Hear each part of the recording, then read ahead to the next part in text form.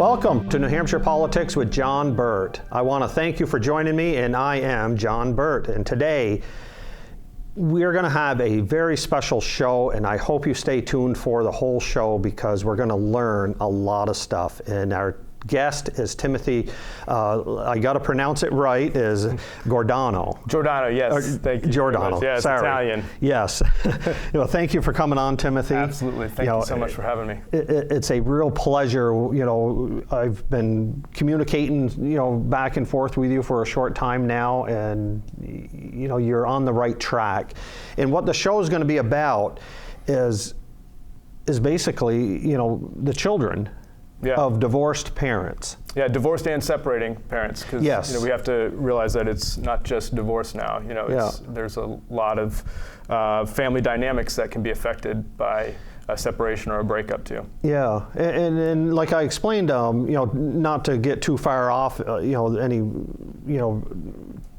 speaking on it is. Prior to a separation or a divorce, everybody's in love and everything's good. The child's in the middle of the parents being raised, fairly good and, with two loving parents. But sadly, when things go south, it seems like the child sometimes suffers. Yeah. And in many cases, it's the child that's being used as a pawn between the two angry, upset parents, and then they get into the court system, and then that just fuels it even more, and then lawyers, sadly, will add the fuel, and at the end, the child loses, and that's what we want to talk about today, and I know you're doing a lot of good work on this, and that's what I want to do is see what I can do to help you, because, I was divorced, and my children, probably suffered some through it. As a rule, most of the time, my ex-wife, we'd go down and I'd get my kids, and then there was a short time where I did have my daughter, and that worked out well, for everybody. Mm-hmm. But that was in the 80s and 90s. Today, I hear it's a lot different. Yeah, I talk to so many fathers and mothers alike. I'll get in my inbox daily just another story of just heartbreak. And it's not just what the parents are experiencing, because we have to realize that there's a lot of heartbreak that the parents are experiencing. It's a breakup. There's an emotional trauma that's happening there, and it's easy when you're emotionally involved in that situation to kind of lose focus of the bigger picture and some of the other casualties of that event. Yes. And when that happens, the kids are at a wayside, and it kind of trickles down, and it can get a big mess, especially when you have finances involved in it. Usually, around a breakup, there's some type of financial hardship, and that doesn't really get better with a legal battle. And when that gets worse, it just continues to consume these two parents. And again, the kids keep falling on the wayside. So I really want to see a shift take place where we are able to put the focus back on the kids and do what's best for them, and kind of put aside some of the heartache and some of maybe our own personal opinions on the other parent, right? We can, there's a breakup there. So at one point, like you said, we were all wonderful and loving and everything was beautiful, and then something happened along the way where it wasn't that way anymore. And it's important to be able to get past that quickly so that we can get the kids back into the forefront. Yes. Because kids need both parents. They do. Absolutely, yeah. And there's the research to show it. We see our prisons. A lot of these prisons are full of children who came from a single parent home, drug addiction, yes, teen pregnancy. Single parent homes these kids have come from, suicide rates in teens and young people. And now, will the research also show where, because I don't know this, that a child that was in a negative divorce compared to not that there's a positive divorce, but where the parents, said, hey, look, we're not going to fight. Our mission is to keep that kid happy, to raise them properly and all that. Is there, what is the likely of that child being divorced? So, if they're from a divorced family. Right. Divorce in itself is not bad for kids. The separation is not bad for kids. The problem that's really hurting the kids is the conflict surrounding that divorce. Yes. So where parents can kind of put the conflict off to the side and they can focus on the kids, and which some can. Yeah, and there are going to be great examples that come out where we can showcase this ideal way of co-parenting through a breakup or divorce. And in those circumstances, there's very minimum effect to the kids. There's some logistics. We have to be at mom's house, and we have mom rules at mom's house, and at dad's house we have a different set, and there's an adjustment period for there. But when both parents are actively engaged in respecting boundaries of each other and encouraging the kids to maintain a healthy relationship with the other parent instead of doing things that might undermine that relationship with the other parent, the children usually are just fine. They respond just fine. There's a group that I want to plug, if I may, at this time. Yes. I'm going to plug the Time to Put Kids First. And Deborah Childs is doing some amazing work right now, and she's putting together it's an actual training program. It's a child impact training program that's going to be hopefully used nationally. And they are right now doing some filming of parents who have learned some lessons along the way and have worked out some of the kinks and have some stories to share to where we can kind of encourage other parents throughout the nation who aren't going through this, yes, yet, or will be going through, or they're right in that process of where it was. I know. So two parents that are divorcing could go through this program, right, and watch. What would because you're going to make videos on this, right? And yes. There's going to be some videos. So I know, like myself, I didn't even think about any of this stuff before my divorce, started taking place. I was married, never thought that was going to happen to me, and never even thought, the thought of, how do you continue parenting your children if you're no longer living in the same house. Just didn't even think about that. And I found myself, in this situation where, honestly, I got emotionally involved, and being away from the house, being away from the kids, it was excruciating. And you start thinking about, getting into this survival, fight or flight tendency that kind of spirals out of control. You're trying to get some type of control back, of your life and being able to see the kids, and what do you do from here? And you're worried about your reputation and what your friends and all this stuff is going on around. And it's like, it would be so helpful to have a coach, or at least somebody who's been there and done that, who can look at you and say, hey, this is not the first time this has ever happened. You're not feeling new feelings. This is something that is normal in this process, and here are the ways that we can do this and move through this process in a healthy way. So Deborah Childs, she's doing great work, and I'll encourage any parents out there who have a story to share, contact her on her Facebook page and let her know that you're willing to help, because it's really about the kids, right? We need to put the kids first, and we need to help parents do that in these situations. Absolutely. Yeah, and I think this will be perfect to get it started and, to move forward on it, because, I just see so many, children that could be, raised, I don't want to say better, but, in a happier environment. Just the some of the families, like I said, I know families that have divorced, and they said, look, I don't like him anymore, or I don't like her anymore, but they put the kids up front and said, look, we're not going to do this to the kids. And it worked. Absolutely. John, and another thing that I see is a big problem that we need to be conscious in the way that we address it, is that in this environment that gets created, when a family is separating, is that there's a lot of angst, and there's a lot of negative emotion surrounding it. Yeah. And it's really easy to get sucked into a cycle of negativity and being against. And like I said earlier, I've talked to so many parents who have a heartbreaking story, right? Maybe some, terrible things happen to them, the false accusations. Maybe there was, domestic violence involved, and, somebody has real legitimate, angst, or something that was done to them that was legitimately not okay. And it's really easy to get in a cycle of either retaliation or even thinking like a victim. And I know myself, and I'm talking about this, I would talk to all of my friends about all the bad stuff that was happening to me in the situation. And it got to a point where a lot of my friends were like, hey, that's a lot of information. I'm not quite sure I want to be there for you. It was yes. You just have all this emotional baggage, and it's like, how do I deal with all this, right?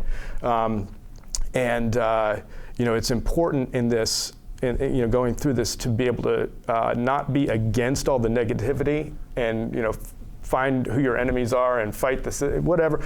What are the solutions? Be solution oriented. What is the optimal way of this going, so that we have the kids in the forefront, where we get the best possible scenario for them. And that's really a shift for me, where I had to go through is, how do I stop focusing on the negativity and start looking at what are the solutions. Now, will Deborah, in her videos that she wants to make, is that going to be part of it? Oh, absolutely. Yeah, that's definitely the part of it. Is let's look at the right way of doing this. Yeah. Another excellent advocate for both children and parents, but specifically fathers, is Brenda. Brenda is the leader of the Fathers' Rights Movement, or the New Hampshire Fathers' Rights Movement. Oh, yes. That's an amazing community. Brenda is an amazing woman. She has a real heart for children, especially fathers. Her son went through a nasty breakup, and they were dealing with the custody stuff, and she just really has a heart for these fathers who get devastated and lose kind of direction. And so she's got a community there with the Fathers' Rights Movement in New Hampshire, and I was able to connect with other fathers who are going through the same thing that I was going through, and that was huge, John. It was huge. Yeah, has to be. For so many months, I thought I was alone. Well, that's what I was going to say, because you're in this world all by yourself at this point. Oh, yeah. The whole system's against you. Your ex against you. Your kids are going to hate you because you don't know how to do it, and you're angry, and yes. No, I've been there. Yeah, so it's a great community there of other fathers who share information, who can support each other. They have a crisis hotline, the Fathers' Rights Movement. It's a national crisis hotline for fathers, especially this time of year. Yes. We have an anchoring pattern of our life where we were around family around Christmas and Thanksgiving and these seasons. And how would a dad, get the information? The number's right on the Facebook page. So if you go to the Fathers' Rights Movement or the New Hampshire Fathers' Rights Movement, it's plastered right there on their first on logo. Facebook. Yeah, Absolutely. Perfect. And it's a call away, but anybody who is struggling, this time of year or any time of year, it's definitely important to reach out and connect with somebody.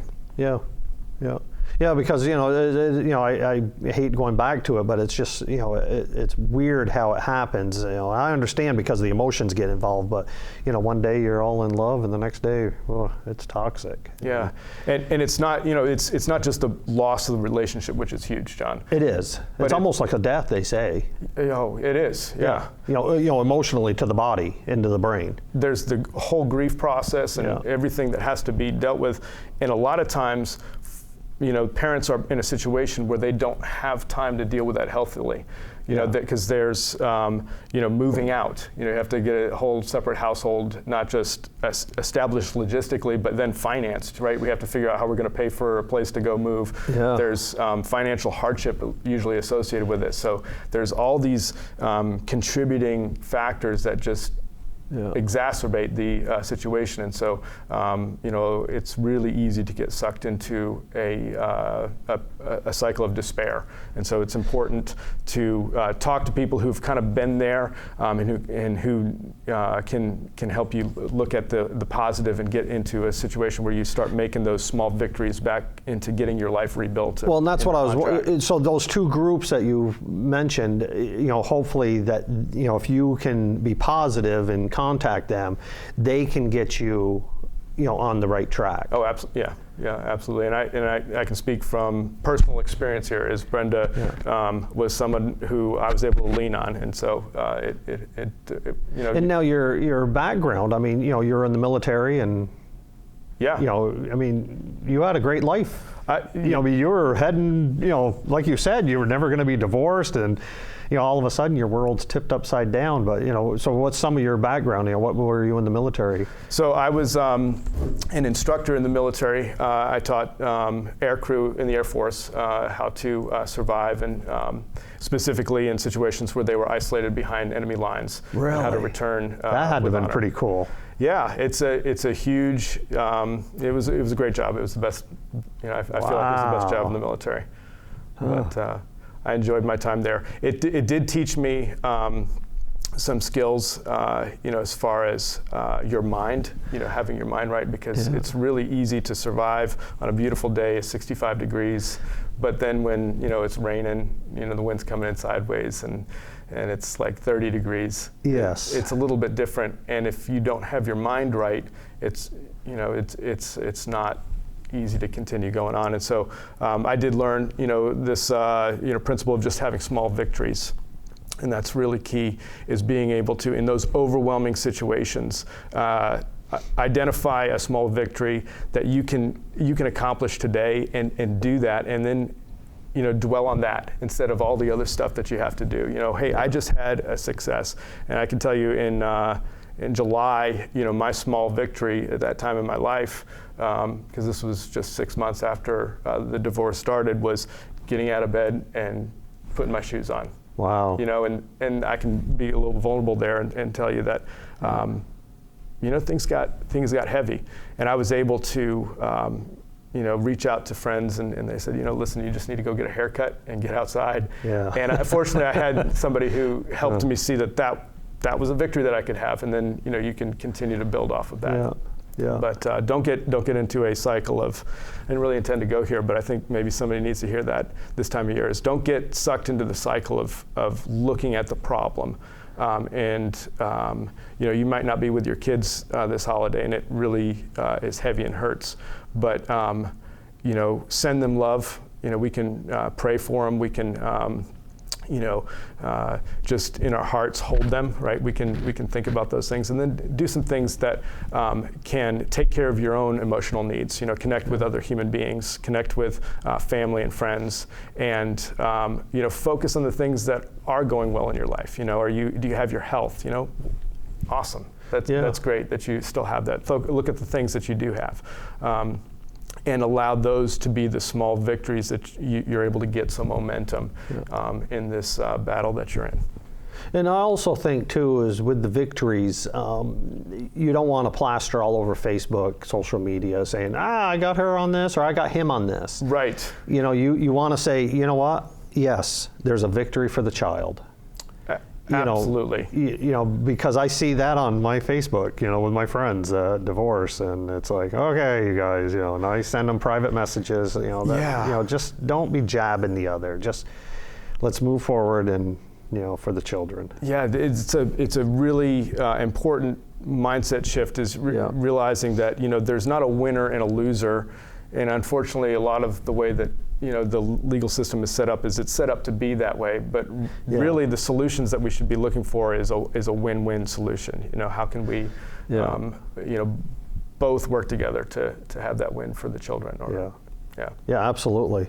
Yep. And so with those two groups, that's huge. And you said there was a bill coming too Yes. at the State House. What was the bill? HB 362. Yeah, HB 362. You can find out information on this on the Fathers' Rights, New Hampshire Fathers' Rights Movement. This is a New Hampshire bill, and it is very important because what it does is it allows for the child support calculation to be based off of the time with the child that the parent has. So in situations where there's co-parenting and both parents are going to be raising the children, the way that child support now is set up is that there's only one parent who receives child support, and all that child support goes to the other, comes from the other parent. So HB 362 would be that both parents would be responsible for raising the kids, and if there was if they're both sharing time with that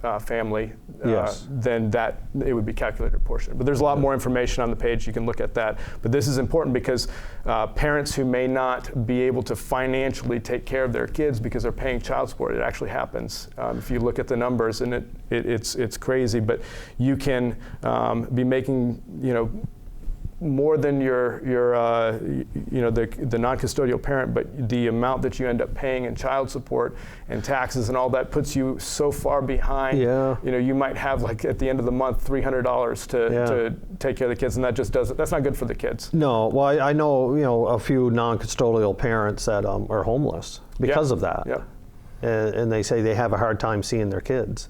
Yeah, because of that, and that's not helping to maintain a positive and healthy relationship. So that'll be a great bill that we need to pay attention to, and we need to talk to our state representatives. So consider yourself spoken to. Yes. And thank you for the support on it, right? Because absolutely. I'll be pushing that. I can't tell you how many fathers that this would totally change the way that they are able to. Connect with their kids now because they're able to, pay the rent. I know of a lot of fathers who are homeless. Yes. Right. Or don't have enough of a space to be able to put the kids in, or they do, but then you can't buy groceries, and it's just this vicious cycle that gets you further and further behind. And that's where the negative comes from. You keep going down and down and down, getting beat on all the time. When do you stop fighting? That's the hard part, and that's why I think with these two groups, hopefully they'll teach them you don't stop. Right. It's the child that's sitting here. You got to keep moving forward. Yeah, and it's realizing the right things to exert your energy behind. We can get really angry. Going through these, anger is a powerful emotion, and it's a common emotion in these situations. And it helps us because it gives us drive and focus, but sometimes we focus it on the wrong thing. Like you said, looking at how can we best our spouse, our ex-spouse, right? Yes. How can we, get one over on the system, or we start, trying to attack this. No, we need to take that energy and we need to direct it toward the solutions that are going to help the children. Yeah. And there was a story that they used to tell down south. I was stationed down in Alabama for a little while. And there's an old man sitting in a rocking chair, right? And he's sitting by his hound dog that's on the porch, and he's just rocking his rocking chair. And the hound dog is whining. And there's a neighbor who comes up and he goes, what's the dog whining about? And he goes, oh, well, he's laying on a rusty nail. Huh. And he said, well, why doesn't the dog just move? And he said, well, because it's not hurting him enough yet. And that's where I'm talking to parents out there who are in a really terrible situation. If it's hurting bad enough, then don't focus your energy on trying to take down your ex or trying to convince your kids that your ex is evil, right? Those are the wrong things to focus your energy on. It is. The things that you need to be focusing your energy on is making real change, which is 50-50 parenting time, right? We need equal parenting time because that's what's best for the children. And so focus your energy on those things. And there's going to be information that I'm going to be putting out on my Facebook page that are going to help give you specific action steps on how we can get together. We can we can sit there and complain and be divided, or we can start getting on the same page with each other on the things that we can all agree on, right? The positive things, right? Yeah. Which is, hey, kids need their parents, and that's an easy sell, Absolutely. right? So if we can get on that same page, then we can start making some real shift. Yeah. And that's what, if you want to put up that last slide, that's what my Facebook group called AWOL Parents is about. It's about action warriors and leader parents. And we're going to make change happen through real leadership and what I like to call the give and take rule, which means you give value, right? Regardless of what you're doing in life, give value and take responsibility. Yes. And if we take responsibility of the solution, and stop blaming somebody else and take responsibility of the solution, we're going to make some change. Yeah, and stay positive is Absolutely. the best thing. Yeah. Absolutely. Well, thank you, Timothy, for coming on. I think this show is going to help a lot of fathers and mothers that are the non-custodial, and hopefully we can, help the children along the way in this divorce process or separation process, because it's hard on everybody. Yeah. But we really need to think about the children. Absolutely. Well, thank you, John, for having me on and let me talk about it. No, I want to have you on again, too, because I want to talk more about this. Let's do it. Yeah. And until next time, I'll see you next week. Talk to you later. Bye now.